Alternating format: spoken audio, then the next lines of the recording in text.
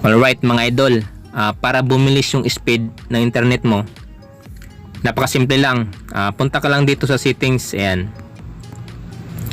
Tapos dito sa settings, tap mo tong connections, ayan, connections. So ito talaga ang pinaka the best at para sa akin, ito ang pinaka the best na VPN settings. Proven at tested ko na to sa mahabang panahon. Yung dati kong 4G na bilis na internet, parang naka 5G na ako ngayon, okay? So dito, mobile networks, ayan. Tap mo tong mobile networks. Ayan. Tapos, ito na yung VPN mo. Yeah, access point names, ayan. Tap mo tong access point names, ayan.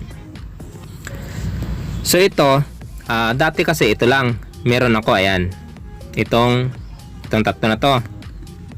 So wala pa tong ito, 4.4.8, ayan, wala pa yan. So ginawa ko to, ayan, saglit lang yan, mabilis lang gawin yan. So ganito rin ang gawin mo try mo lang kasi sigurado naman akong napaka-effective to. Talagang bibilis yung internet mo ngayon, okay? Kung may problema ka sa internet mo, mabagal yung internet mo, naglo-loading, dito talagang tuloy-tuloy yung upload mo, download mo, bibilis talaga yan, napaka-effective nito, okay? So dito ka lang add, ayan, add ka lang dyan sa itaas.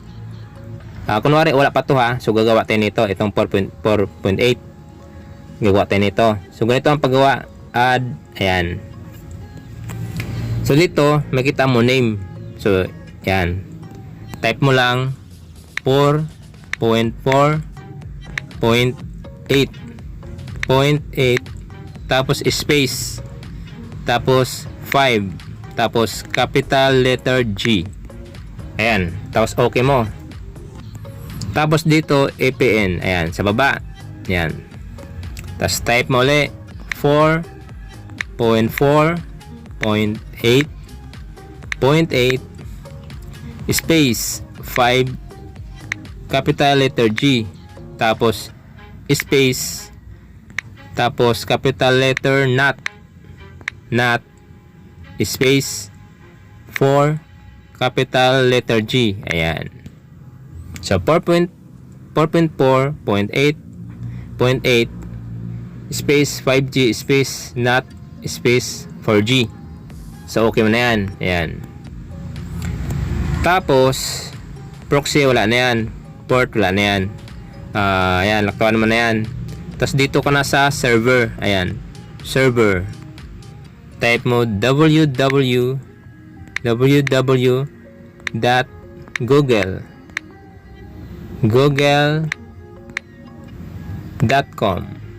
So ayan, tapos okay mo.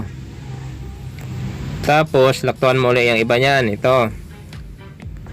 Tapos direkta ka na dito sa yan, VPN type. Pag naka-default nya, okay na yan. Pero pag wala, type mo lang default, okay? So alam ko meron na yan, default, naka-default na yan, may nakalagay ng default. So dito sa VPN protocol, ayan. So may kita mo tatlo yan, di ba? So dito ka sa pinakababa, ayan, IPv4, IPv6, yan. Piliin mo lang yan. Yan. Piliin mo lang yan. Tapos dito sa sunod niya, VPN roaming protocol. So ganun din. Ayan. Piliin mo pa rin tong sa baba, itong pangatlo. Ayan. So okay na yan. So dapat yung turn VPN on, naka-on yung VPN mo Yan, naka-on yan. Tapos dito sa bearer, ayan, bearer. So may kita mo yan, unspecified, naka-check. Check mo lang lahat yan, ayan. Check mo lahat yan, kung ano yung meron dyan, lahat, check mo. Yan, check mo lahat.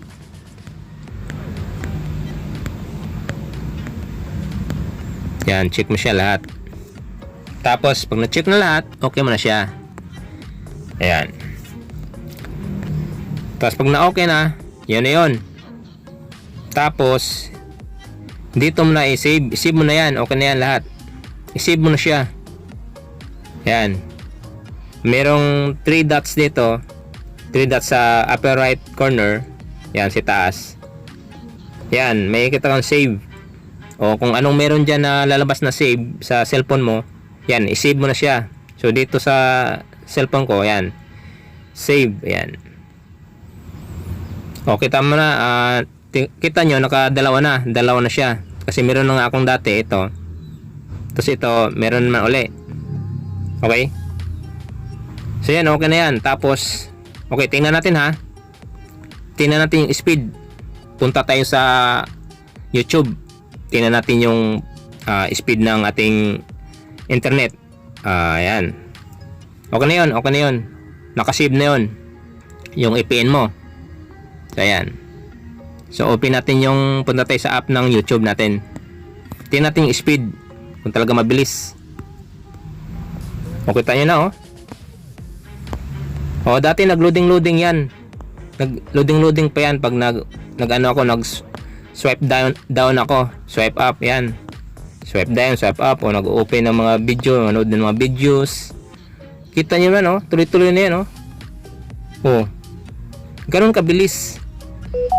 Oh, parang naka 5G yung speed mo. Talagang matagal ko na tong ginagamit na VPN settings na to. Ang dami kong tinatry ng mga VPN, pero ito talaga ang pinaka-effective sa akin, ito talaga ang choice ko. Pinaka the best para sa akin to. Kahit nagulan-ulan ngayon, oh, kahit mahangin, pero yung speed ng internet ko, yung signal ng internet ko, ang bilis, oh. Hindi man lang nag-loading, oh. Oh, tuloy-tuloy yan. Kahit anong video pinapanood ko niyan, ayos na ayos. Oh. Ang lakas talaga.